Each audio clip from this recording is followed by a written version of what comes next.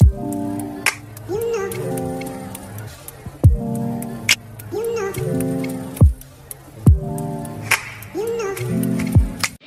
Hi అందరికీ welcome back to my channel. So మీరు కానీ ఫస్ట్ టైం నా వీడియో చూస్తూ ఉంటే నా ఛానల్లో ఇంకా కొన్ని వీడియోస్ ఉన్నాయి, వెళ్ళి చూసేయండి. సో నేనైతే యాక్సెంచర్ గురించి సిరీస్ అయితే చేస్తున్నాను అనమాట. నా ఇంటర్వ్యూ ప్రాసెస్ ఎలా జరిగింది, నా హెచ్ఆర్ ఇంటర్వ్యూ క్వశ్చన్స్ ఎలా ఉన్నాయి, అండ్ కమ్యూనికేషన్ అసెస్మెంట్స్ గురించి, టెక్నికల్ అసెస్మెంట్ గురించి, సో ఎవ్రీథింగ్ నేను వీడియోస్ అయితే చేస్తున్నాను అనమాట. ఒకవేళ మీకు ఆ ఇన్ఫర్మేషన్ కావాలి అంటే నేను లింక్ డిస్క్రిప్షన్లో ప్రొవైడ్ చేస్తాను, వెళ్ళి చూసేయండి.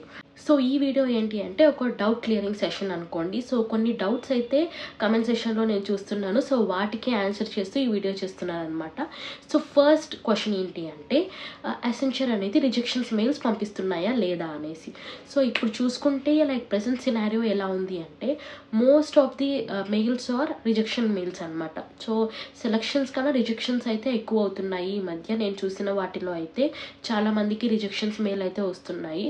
అది ఎందుకు అంటే మనకు ఆల్రెడీ తెలుసు అసెంచర్ అనేది మనకు అప్రెప్ట్గా వాళ్ళు అనౌన్స్ చేశారనమాట, లైక్ ఫ్రీజ్ హైరింగ్ అనేది ఫ్రీజ్ చేసాము అనేసి. సో ఫ్రీజ్ అయ్యింది హైరింగ్ అంటేనే మనం అర్థం చేసుకోవాలి సెలక్షన్స్ అనేది వాళ్ళు చాలా లిమిటెడ్గా తీసుకుంటారు అని చెప్పి. సో చాలా రిజెక్షన్స్ మెయిల్స్ అయితే వస్తున్నాయి అన్నమాట. సో రీజన్ అయితే అది లైక్ అసెంచర్ ఆల్రెడీ అనౌన్స్ చేశారు వాళ్ళు తీసుకోవట్లేదు ఇంకా హైరింగ్ అనేది ఫర్ 2025 బ్యాచ్.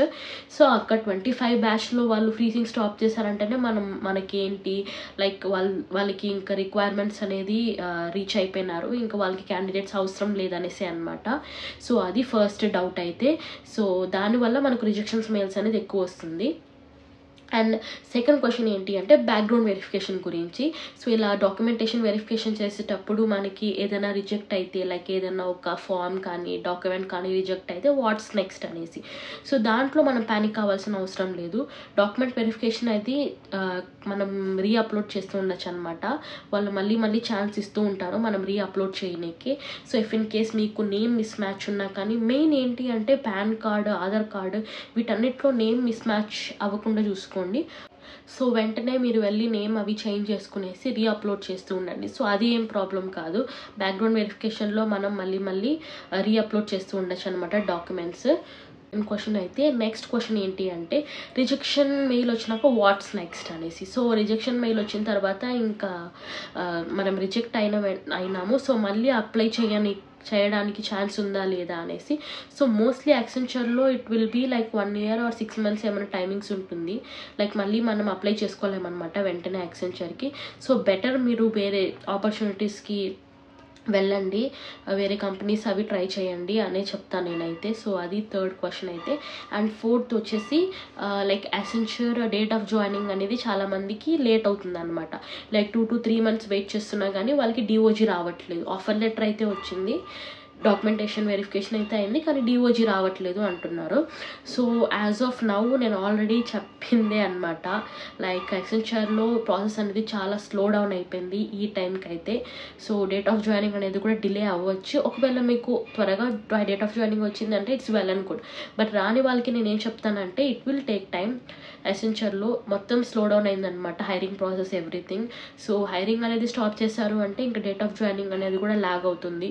సో ఎవ్రీథింగ్ అనేది స్లో ఉంటుంది అనమాట. కాకపోతే ఏమంటే మీ చేతిలో ఆఫర్ లెటర్ అయితే ఉంటుంది. సో మీకు ఆఫర్ లెటర్ వచ్చేసిందంటే మీరు వరీ అవ్వాల్సిన అవసరం లేదు. సో మీకు జాయినింగ్ అనేది డెఫినెట్లీ ఫ్యూచర్లో అవుతుంది. కాకపోతే నేనేమంటానంటే ఈ టైంని మనం వేస్ట్ చేసుకునే దానికన్నా it's better to go and try in other companies. So అది ఈ క్వశ్చన్కి ఆన్సర్ అయితే. సో మోస్ట్ ఆఫ్ ది క్వశ్చన్కి ఆన్సర్ ఒకటే ఉంటుంది at this point of time. So everything got slow down in Accenture now. So hiring and process అనేది కొంచెం log అవుతుంది కాబట్టి సో మీరు ఏ క్వశ్చన్ అడిగినా కానీ ఆన్సర్ అయితే ఇదే ఉంటుంది అనమాట. లైక్ అన్నీ డిలే అవుతూనే వస్తుంది ఇంకా మీదట.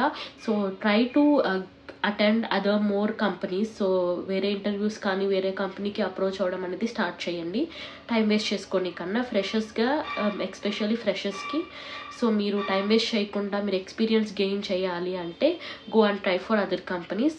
ఇది ఓకే, ఇది పెట్టుకోండి, but also try to give more interviews for other companies.